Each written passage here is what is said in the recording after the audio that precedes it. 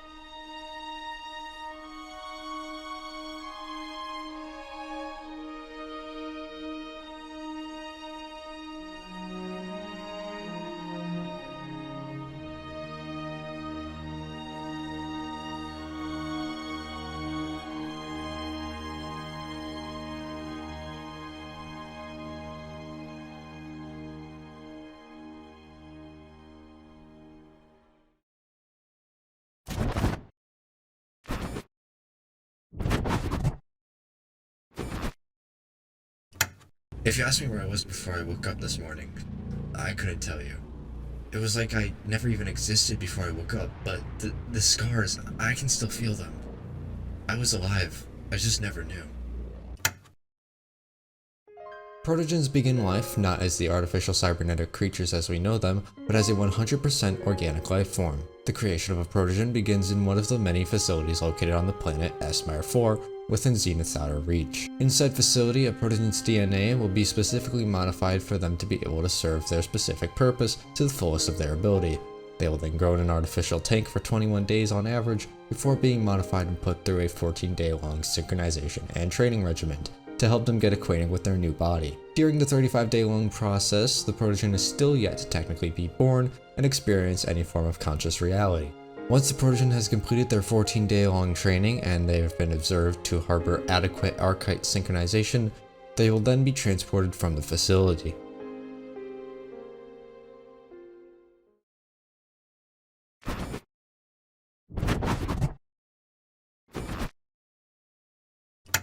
I didn't get to choose how I was modified.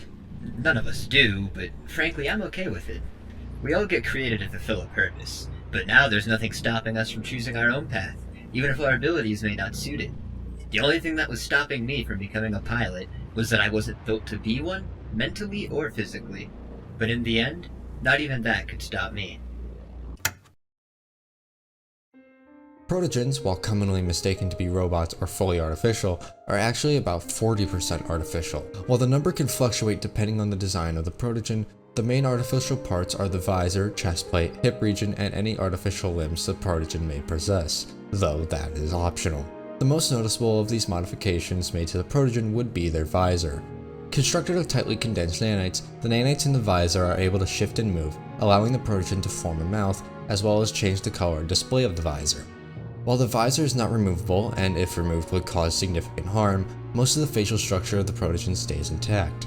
A protogen's digestive system is almost 100% biological, bar an advanced artificial organ that aids in digesting and breaking down food molecules into electricity, which then powers the artificial parts of the protogen.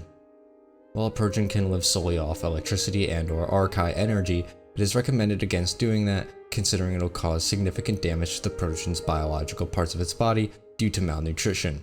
The limbs of a protogen, including the arms, legs, and tail, work on a plug-and-play system. If a protogen deems they require one or more of their limbs to be swapped out due to a certain reason, they can quickly swap limbs using the mechanical ports located on both the chest plate and hip region. While these limbs are biological, except in the case of prosthetic limbs, blood loss and trauma is avoided using nanites located where the limbs would be connected. Even though protogens are 60% biological, sleeping is optional.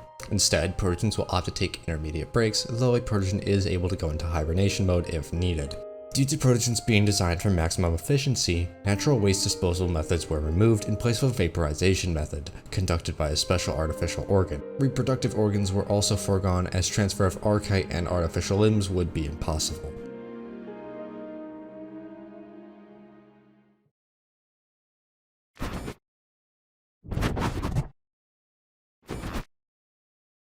They created me solely to kill my own kind. They brainwashed me to think that all of these protogens that had escaped were the enemy. Once they were labeled for termination, they'd send me out if they couldn't find them. Most of the time, once I'd found them, I'd try to keep my distance and make it a clean job. But there were those who'd fight back, who'd beg for mercy, and I'd have to kill them. It's not like I had a choice, or that I even felt a hint of emotion. But now that we're free, I have to live knowing I had slaughtered so many who had just wanted to live. In the 12th cycle of Zenith's Outer Reach, the Primagenitors, an advanced alien species, began production of protogens. The main goal of the Primagenitors was to create a sentient modular being with the ability to learn and adapt to the environment around it. While the option of artificial intelligence was on the table, it failed to change and evolve with its surroundings. Thus, Primagenitors turned to a cybernetic fusion of biological and artificial life. In their search for biological life to use for protogens, the Primagenitors came across a synapsid species located in the Radis Nebula. While the origins and specifics of the species remain classified, it is known that they were able to adapt to any environment, making them great subjects for cybernetic modification. After acquiring the DNA through questionable means, to the dismay of the Ethics Committee, the Primagenitors began development on Project ARC. Project ARC, or Artificial Remote Control, involved the process of infusing microcrystalline archites into the cerebral fluid of the protogen. This then allowed full control over the creature's thoughts and brain activity. This was done to increase efficiency and prevent AI uprisings or biological rebellion. During the 13th cycle of Zenith's Outer Reach, protogen production had ramped up due to an increased demand in manual labor and military use. And because of protogens' robot-like behavior, they fit perfectly into these roles, earning them the title of the galaxy's worker bee. Akin to slavery, protogens were treated as AI and property, and they were given little to no rights. This unfortunately resulted in many protogens being abandoned or terminated after their purpose was served, or if they were no longer useful.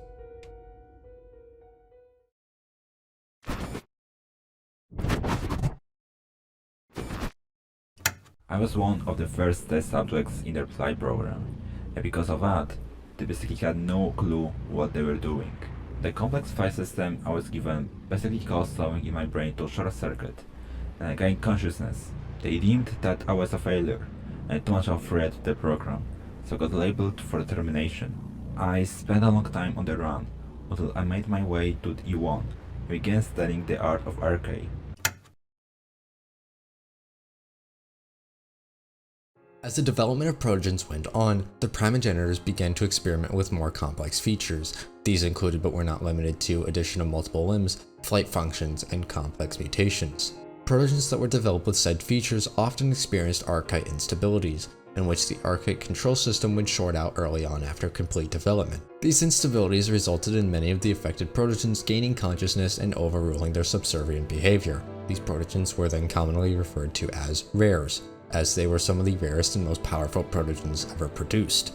During the 13th cycle, Primagenitors observed small colonies of abandoned protogens begin to form on one of Esmire IV's moons. The Primagenitors deemed these protogens to be harmless, as they had little to no resources. In hindsight, this was the Primagenitors' fatal flaw that would lead to the Protogen Rebellion. Unobserved to the Primagenitors, abandoned and escaped rares began to develop skills in the ancient art of Archai, a dimensional power that allows the wielder to manipulate energy and use magic-like kinetic abilities. Archai-wielding protogens were able to nullify the effects of archites not only in themselves but in other protogens as well. This would eventually lead to the development of the Protogen Rebellion. While the details of what happened during the rebellion are not exactly known, it is known that it led to a segregation within the Primagenitor race. Some considered the Protogen project as a whole to be a complete failure, while others commended the advancement of protogens and their achievements as a functional artificially created species.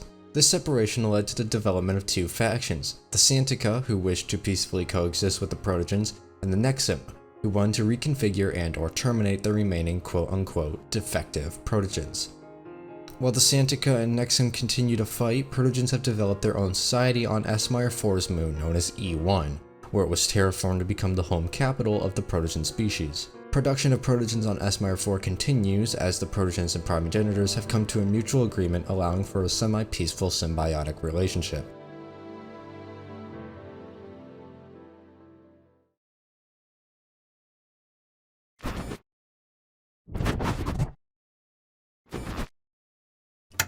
It's livable now and is under control for the most part, and thankfully isn't contagious, but I tell you, this infection isn't doing wonders for me.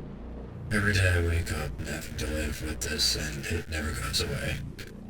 At least most are able to see me as the protogen I am under this, but there are still a lot who will turn away once they see me. And honestly, who can blame them? Protogens have been observed to show occasional technical issues and sometimes suffer from viruses and infections. On the technical issues side, protogens may be affected by power conversion failure, radiation damage from extreme conditions, nanite restart syndrome or jumpy robab syndrome as it's more commonly known, and cosmic dust buildup.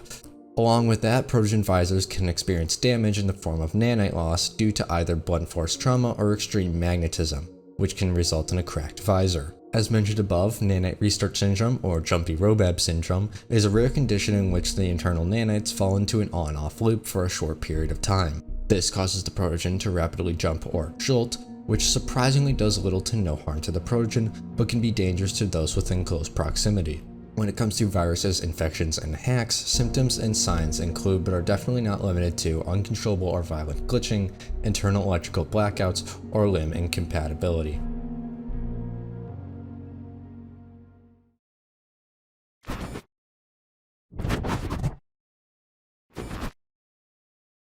It's the one thing I was born to do. Been a sniper ever since I arrived here on E1 and joined the Special Forces. Is it a taxing job? Of course. Sometimes I'll go days sitting in the same spot just waiting, but I live for this stuff. Like I said, it's what I was created to do. Each protogen is created to fulfill a specific purpose or role, and even after the Protogen Rebellion, the Primagenitors still develop each protogen with a specific job in mind, though nowadays the selection of occupations is a lot more broad than it used to be. Common jobs for protogens include working in the medical field, combat and armed forces, researchers and scientists in multiple fields, digital security and computer science, construction, archive technician, and airborne and ground vehicle operators. Beyond that, occupations can include almost anything from musicians to tailors to athletes to mechanics. Protogens can do almost any job.